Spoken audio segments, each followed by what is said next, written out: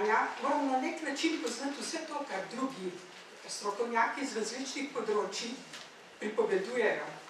In zato boste v mojem predstavitvi najbrž že zasledili mnogo znanega.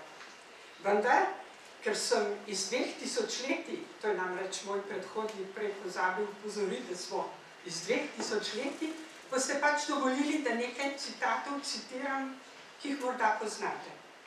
Veste, včasih sem zadregi s temi citati, pa se sprašujem, ali v resnici poznajo vsi mladi starši, vsi stari starši, ali so, tako kot nam ti citati svetujejo, v resnici bralno vzgajani vsi sodobni otroci. In potem kar citiram. Moje izvajanje seveda ne mora biti tako vehementno, kot je to opravil moj predhodnik, ki se piše Kovač, jaz sem pač Jamnik. Ne moram si pa predstavljati, da bi kot promotorka branja delala brez knjižnice, brez mladinske knjižnice, namreč tudi kot ustanove, kjer mi na hibridni način pravzaprav predstavljajo bralne vire, najrazličnejše bralne vire, kjer mi ponudijo to, kar potrebujem in celo to, česar še ne vem, da potrebujem. In potrebujem tudi prostor.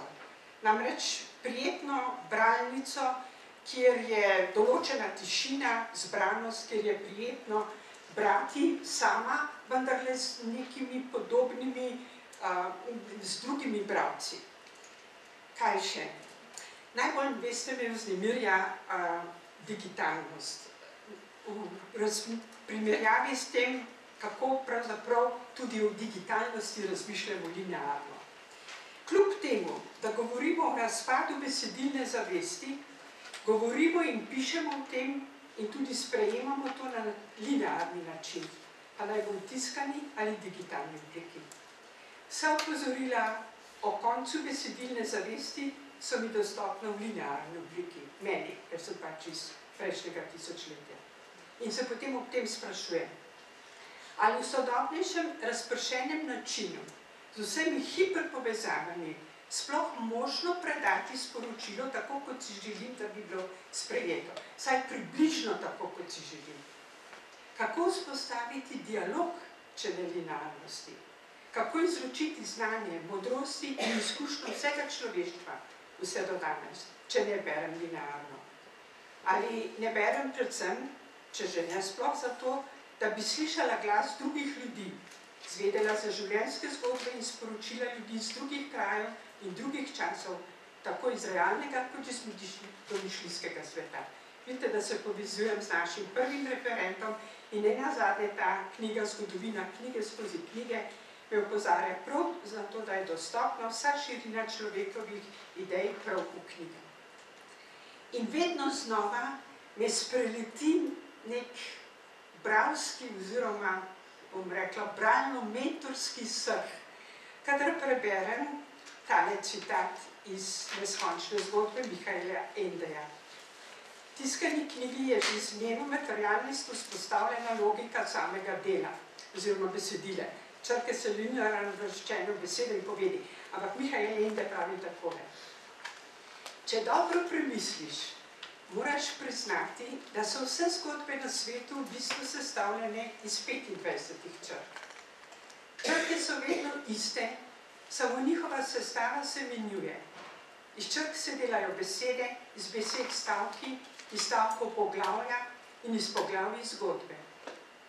Če pa se igraš to zelo dolgo, leta in leta, potem nastanejo včasih po naključju besede. Nekake posebno duhovite besede, ampak vsaj besede. Če pa se to igra naprej 100 let, 1000 let, 100 000 let, potem mora po vsej verjetnosti nekoč po naključju priti iz tega pesem.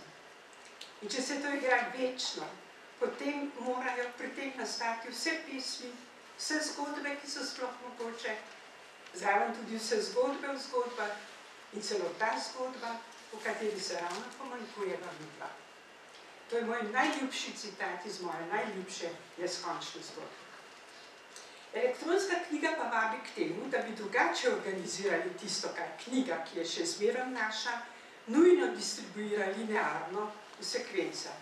Hipertekst in hiperbranje spreminjata možna razmerja med podobami, zvoki in besedili, ki so združeni nelinearno s pomočjo elektronskih spojov. V tem besedilnem svetu brez meja postane najpomembnejši pojem vezi. Med obema vrstama branja je razlika, saj pri prvem slediš neki logiki, ki je že postavljena in te vodi do sklepa, pri branju elektronskega besedila pa lahko z dodatnimi povezavami delaš številne izlete od osnovne teme. In ob vsem tem je nujno potrebna dobro razvita bralna pismenost, zmožnost kritičnega vrednotenja vseh možnih nosilcev in njihovih sporočil, ki bi bralcu, porabniku, omogočala najboljše od vsega nosilca oziroma od vsake njihovih informacij. Dr. Meta Grossman nas je opozarjala že na drugem posvetovanju Bralnega društva Slovenije, to je bilo leta 1997.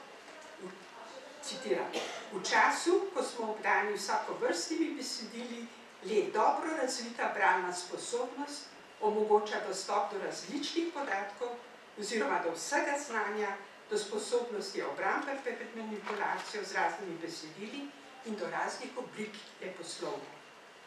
Branje je posamezniku in družbi potrebno bolj kot kdajkoli prej, bralna pismenost pa obsega branje različnih medijev, ki prinašajo sporočila, v hiperinflaciji besedil tudi edina omogoča selekcijo oziroma izbiro dobrega in najboljšega. Branje, sposobnost srečevanja z literarnimi domišljijskimi svetovi in oblikovanje verbalne pripovedi pomembno vplivajo na celoten otrokov kognitivni razvoj. O tem nas je Meta Grossman večkrat upozorila. Francoska profesorica, tudi avtorica knjige Osiromašeni jezik, Cécile Adjani, pa učiteljica je v predmestju Pariza, v predmestju Saint-Denis, ki je tak deprivilegiran del mesta, trdi, da klasiko moramo srečati osebno, če tudi nam vzbuja strah, če tudi nas branje povozi. Tisto namreč, kar nas presega, nas zmeraj uči. Ne smemo se bati težav, kajti težava je pogoj za lepote. Učenci se pa hitro vdajo, brž ko ugotovijo, da se bo treba potruditi. Mi bi pa v našem svetu televizije, hitrosti, laži, dajemo vedeti, da se vse dobi zelo hitro in brez truda. Ni govora, da bi več brali, kaj še ne pisali, sploh pa ne poezije. Najbolj zoprne od vseh literarnih žanrov, pa ravno zato, ker je težko in nemogoče bomo to naredili. Adolescente je strah novosti, šola jim mora pa kazati ravno to, nove poti, ostriti njihovo intelektualno radovednost. In ko sem dajala osnutek tega prispevka o branje kolegom v Pionirski, mi je Kristina Piko, torej sodelavka Pionirskega centra za mladinsko književnost in knjižničarstvo, opozorila kot pripombo na prispevek, da je pomembna komponenta dobro razvite bralne pismenosti tudi pristen bralni doživljaj, ki ga je v nasprotju z našo hipernaglico možno pridobiti le tako, da si za branje vzamemo čas. Čas odpre prostor za odprtost, kamor se lahko usidra pristna izkušnja. Čas odpre prostor za koncentracijo, ki je potrebna za poglobljeno dolgotrajno branje, kar dolgoročno omogoči boljšo in večplastno konzumacijo kompleksnih informacij. Pobralni čas odpre prostor za samo refleksijo, ponotranjenje prebranega. V današnji družbi bi morali čas, če ne preštejemo primarnih vrednot, kot so zdravje in tako naprej, največja in najbolj zaželena vrednota. Pa se pravzaprav tudi je, a z napačno percepcijo. Čas je denar, hitreje in bolje. Konec citata. In sem že pri pesmi Saše Vegri, dolgoletne sodelavke Pionirske knjižnice, predhodnice centra, ki je pa povedala takole. Vem, da vsi to pesem znate. Otroke se dela lepo, počasi in pomalem, ker so majčkeni. Otroke se dela s posluhom zato, da bi bili lepi, da bi bili srečni in da bi bili večni. Kako torej otroka bralno vzgajati danes, v 21. stoletju, ko informacijska in komunikacijska spletnost prepletata vsa področja življenja in je na razpolaga gosta mreža različnih informacij. Že v prenatalnem obdobju ga uvaja mati. Novorojenčku mati ali kdo drug, ki ga hrani in neguje, govori in mu poje.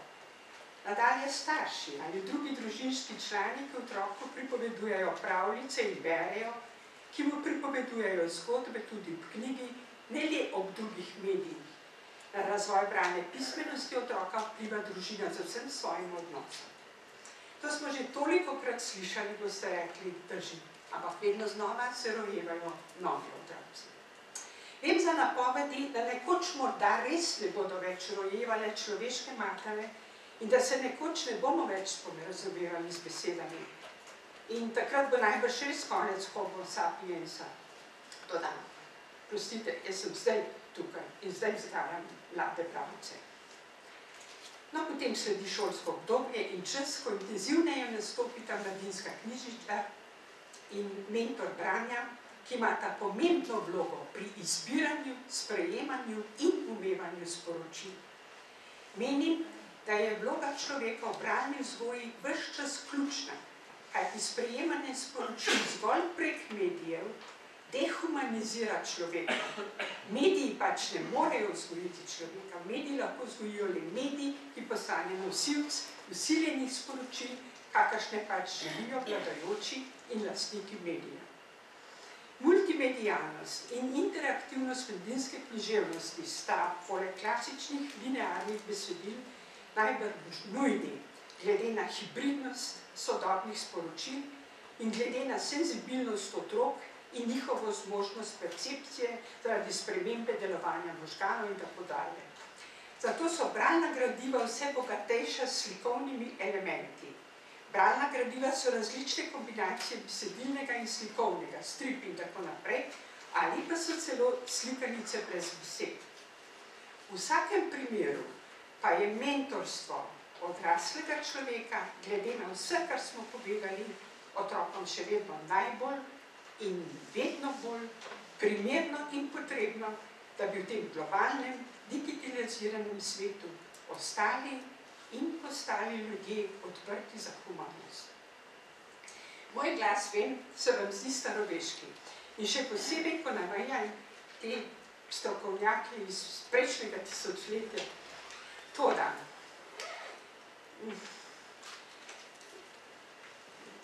kljub temu, kar vem o koncu homo sapiensa, prebrala sem namreč Hararijevo monografijo Sapiens, kratka zgodovina človeštva, bi vam rada povedala, da sem predvčerajšnjem v Kinodvoru doživela film Wernerja Herzoga z naslovom Jama pozabljenih sanj. To je Šovejeva jama na jugu Francije, ki so jo odkrili leta 1994 in njej našli na stotine pristnih slikarij, nastalih pred več kot 30 tisoč leti. Takrat so na zemlji živeli neandertalci, pa tudi jamski medvedje, ledenodobni levi in mamuti. Med redke izbrance, ki mi je bilo dovoljeno vstopiti v jamo, sodi tudi Werner Herzog in v dokumentarnem eseju z naslovom Jama pozabljenih sanj s 3D kamerami razkriva lepoto in skrivnostnost tega veličastnega kraja.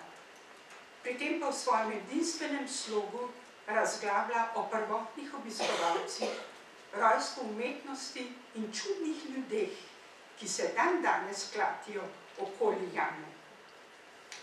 Kot vemo, so neandertalci prepustili zemljo homo sapiensu. Počlovečenju torej pomeni največjo možno prilagoditev razmeri na zemlji, obenem pa razvoj razuma, komunikacije, prenosa izkušnja s pomočjo govora, linearne pripovedi. Vemo, da so neandertalci spoštovali starejše in pokopavali mrtve. Niso pa razvili govora, ampak so slikali. Neandertalci tako niso homo sapiens. Herzog predlaga, da bi jih imenovali homo spiritualis. Njihove podobe Chevejevi mami so nam bližje, če se primerjalno poglobimo v izročilo aboriginov, ki spadajo med najstarejša ljudstva sveta. Njihov začetek seže 40 000 let nazaj, v čas ob koncu zadnje ledene dobe. V samskem času, tako je naslov tudi zbirke aboriginskih pravljic, v zbirki Zlata ptica, je šla že leta 1278, ki je zbral in uredil Dušan Ogrizek, v samskem času ne riše risb človek, ampak njegova roka, vodena od duha. Film je poklon podobam, ne le tistim opravdanjini Chevejevi jami, ampak tudi podobam, ki jih zmore sodobna kamera, še posebno, če je v rokah velikega Wernera Herzoga, ki ustvari obenem scenarij in sam pripoveduje besedilo. Film me je ne le očaral, kot vidite, ampak prav ganil in dregnil v moje priseganje na besedilno stvarnost. In na tem, da ne želim razmišljati o koncu homo sapiensa.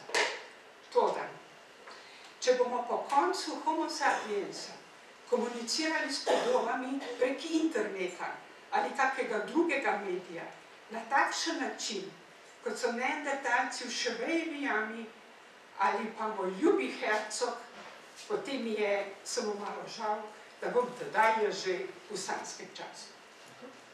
Tudi Mednarodna zveza za mladinsko književnost, IBI, ki vse od leta 1953 se trudi, da bi spravila skupaj knjige in otroke, še posebej opozarja na pomen poslovnega branja v klasični tiskani obliki.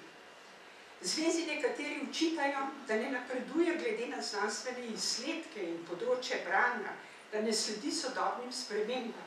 Vendar, če poslušam moje predhodnike, danes vidim, da je čisto v redu. IBI nazavlja in v tem sodobnem hribnem času toliko bolj, da je branje leposlovja zelo pomembno, ker je čudežno potovanje, kot nas je nekdaj opozoril Daniel Pennak. IBI si prizadeva, da bi knjige in knjižnice še naprej prenašale modrost človeštva, izkušnjo, sadove razuma, domišljije, čustvovanja, zgodbo, ki jo zmore sam človek, samo človek. In še več, naj bi bila sporočila humanizirana v osnovnem pomenu besede, namreč čim bolj človeška, s čim več empatije. Humanizirana tudi v pomenu, da odrasli s pomočjo virov informacij predajamo sporočila naslednjim rodovom. Izkoristimo digitalizirana sporočila in virtualne knjižnice kot priložnost, da se ljudje v globaliziranem svetu demokratično povežemo v dobrem in najboljšem, da bi zdravo in polno preživeli tudi več kulturnosti, več jezičnosti, več konfesionalnosti, živeli v skupni zgodbi. Letošnja poslanica ob 2. aprilu, ki jo je pripravila IBI sekcija Združenih arabskih emiratov in v slovenščino prevedel pesnik Milan Dekleva, govori ravno o tem, kako isto zgodbo pripovedujemo z različnimi glasovi in v različnih barvah. Torej, bi lahko rekli tudi na različne načine in v različnih medijih. Vendar gre za isto zgodbo. Zgodbo nas vseh na tem edinem, za zdaj še edinem možnih svetov, da je bogatstvo mnogih kultur v tej eni in isti zgodbi. Na konec bom prebrala še poslanico. Govorimo veliko jezikov, prihajamo iz različnih sredin, a delimo si iste zgodbe. Tuje zgodbe, domače zgodbe, isto zgodbo povedano z različnimi glasovi v različnih barvah, zgodbo, ki ostaja enaka. Začetek, zaplet in konec. Isto zgodbo, ki jo vsi poznamo in jo imamo radi. Vsi smo jo slišali v različicah različnih glasov, vedno enako zgodbo. V njej živijo junak, princesa in hudobec. Ni važen jezik, niso važna imena ali obrazi, vedno gre za isti začetek, zaplet in zaključek. Vedno isti junak, princesa in hudobec, ki nas spremljajo, nam šepetajo v sanjah, nas zazibajo vsem, že davno so utihnili, a za večno živijo v naših srcih, ker nas skupaj vodijo v deželo skrivnosti in domišljije, kjer se različne kulture zlijejo v eno zgodbo. Hvala lepa.